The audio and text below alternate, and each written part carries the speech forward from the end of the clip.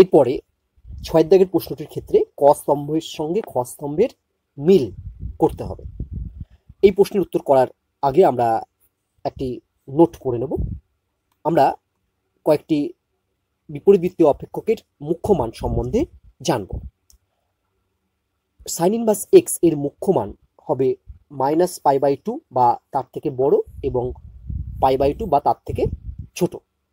অর্থাৎ আমরা বলতে পারবো যে implies sine inverse x belongs to close interval -π/2 থেকে π/2। আবার কস ইনভার্স এক্স এর মুখ্য মান হবে 0 বা তার থেকে বড় এবং π বা তার থেকে ছোট। তাহলে এখান থেকে আমরা বলতে পারবো implies cos inverse x belongs to close interval 0 থেকে π। ট্যান ইনভার্স এক্স এর মুখ্য মান হচ্ছে -π/2 এর থেকে বড় হবে, নাহলে π/2 এর থেকে ছোট হবে। অর্থাৎ ট্যান ইনভার্স এক্স এর মান কখনো কিন্তু -π/2 হবে না, আবার π/2 এও হবে না। তাহলে এখান থেকে আমরা লিখতে পারবো implies tan inverse x belongs to open interval -π/2 থেকে π/2। চলো আমরা এই প্রশ্নের উত্তর করি। দেখো, একের ক্ষেত্রে আছে হচ্ছে সাইন ইনভার্স -হাফ। আমরা জানি সাইন ইনভার্সের ক্ষেত্রে ভেতরে মাইনাস থাকলে সেই মাইনাসটি বাইরে বেরিয়ে যায়, তাহলে হবে minus sine inverse half. Sign inverse half মানে কি? সাইন ইনভার্স হাফ মানে তোমরা সহজে মনে রাখবে যে সাইন কত ডিগ্রির মান হাফ। আমরা জানি যে সাইন 30 ডিগ্রির মান হাফ। তাহলে এক্ষেত্রে আমরা লিখবো হচ্ছে -π/6।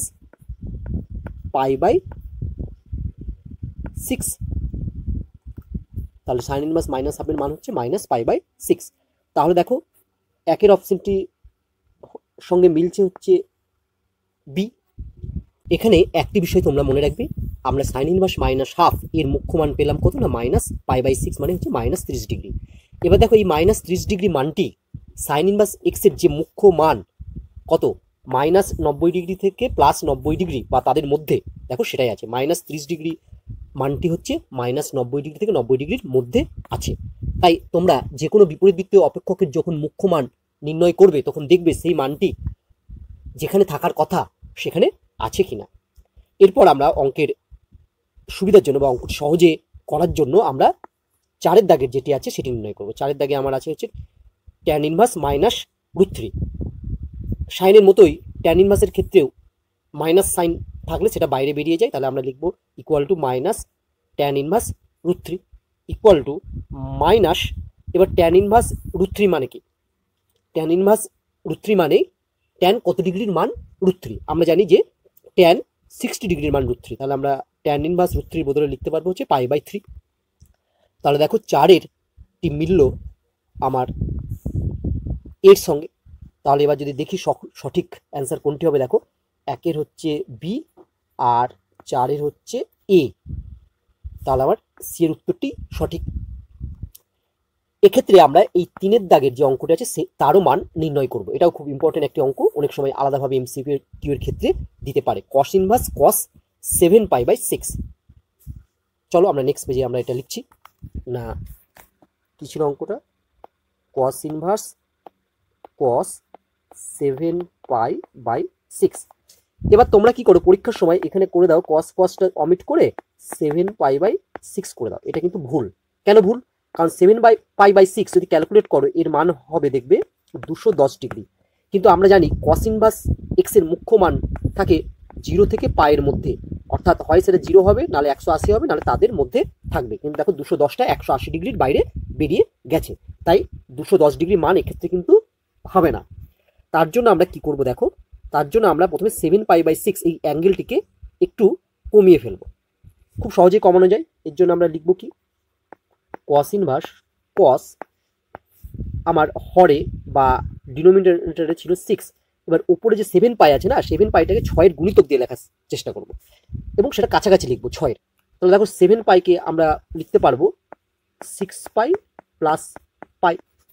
এবার দেখো আমরা লিখছি কি, কস ইনভার্স কস, এটাকে যদি আমরা 6 দিয়ে ভাগ করি তাহলে পাবো π + π/6। নেক্সট লাইনে আমরা লিখছি কস ইনভার্স, এবার দেখো কস 180 + θ, মানে আমরা জানি মাইনাস কস θ, তাহলে এখানে আমরা লিখবো minus cos π/6 equal to cos inverse, দেখো কস π/6 মানে কস 30 ডিগ্রি, কস 30 ডিগ্রির মান হচ্ছে কত? কস 30 ডিগ্রির মান হচ্ছে √3/2, তাহলে এটা লিখছি মাইনাস √3/2। এবার আমরা জানি কি cos inverse minus x, sign inverse minus x বা ট্যান ইনভার্স মাইনাস এক্স এর মতো মাইনাসটি কিন্তু এটা সহজে বাইরে বেরিয়ে যায় না। এক্ষেত্রে কি করতে হয় না, কস ইনভার্স মাইনাস এক্স এর সূত্রটি হলো পাই মাইনাস কস ইনভার্স এক্স, তাহলে পাই মাইনাস লিখবো কস ইনভার্স √3/2। অর্থাৎ কসের ক্ষেত্রে মাইনাস যখন তুমি অমিট করবে তখন পাই মাইনাস, এবার মাইনাসটি অমিট করে পুরো টার্মটি লিখে ফেলবে।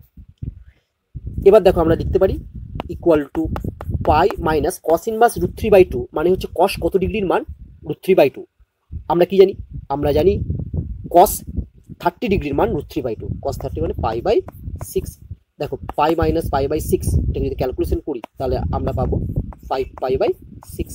তাহলে এটাই হচ্ছে কস ইনভার্স কস 7π/6 এর মুখ্য মান।